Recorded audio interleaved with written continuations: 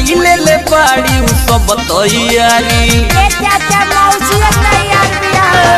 गावही के मुखिया के बुक तक के गाड़ी या कोइले ले बाड़ी सब तैयारी होई कोरोना से बावे झमेल हो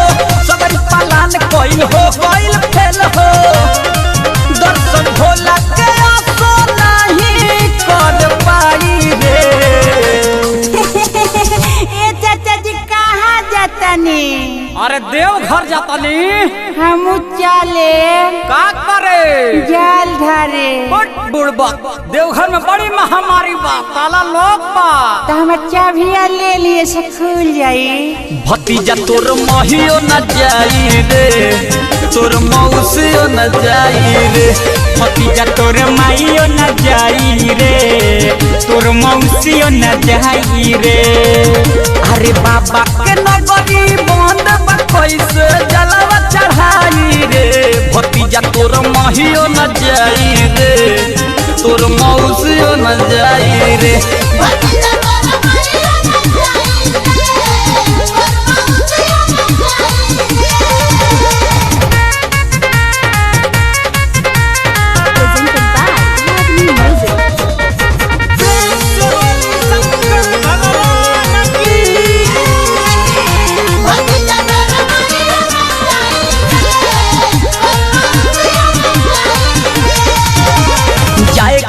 कहिए से रहे बेचैन हो लाग गोई तले देव घरवे में बैन हो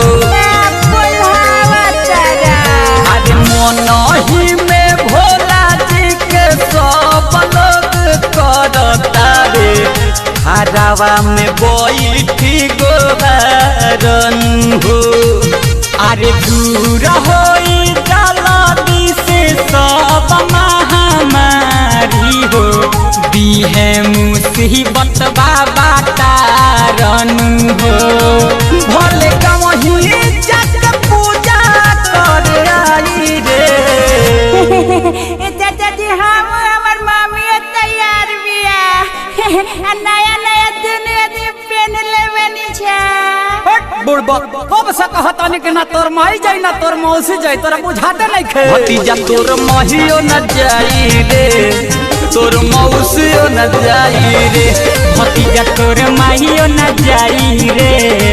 तोर मौसियो न जाई रे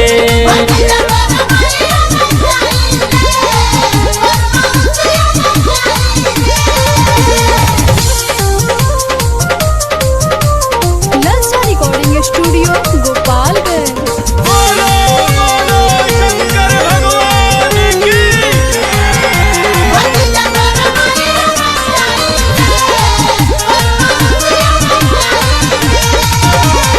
पुलिस के लागल बावे पहारा सभे परेशान बावे मैटर बावे गहरा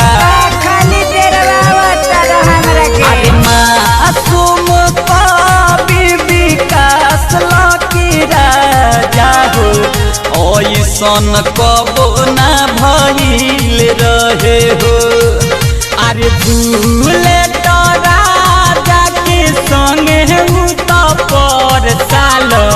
जोड़ा कांवर लेके गइल रहे हो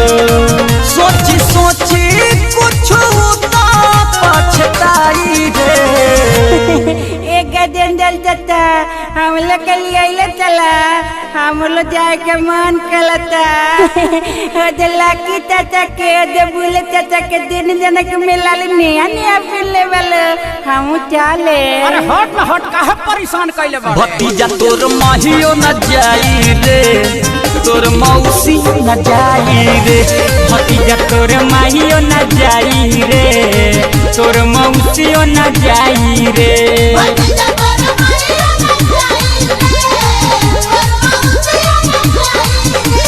ए चाचा हवे मंदिलिया का अरे तोरा कहाँ लग गई डिजिटल जमाना में बड़ी तेज हो गई।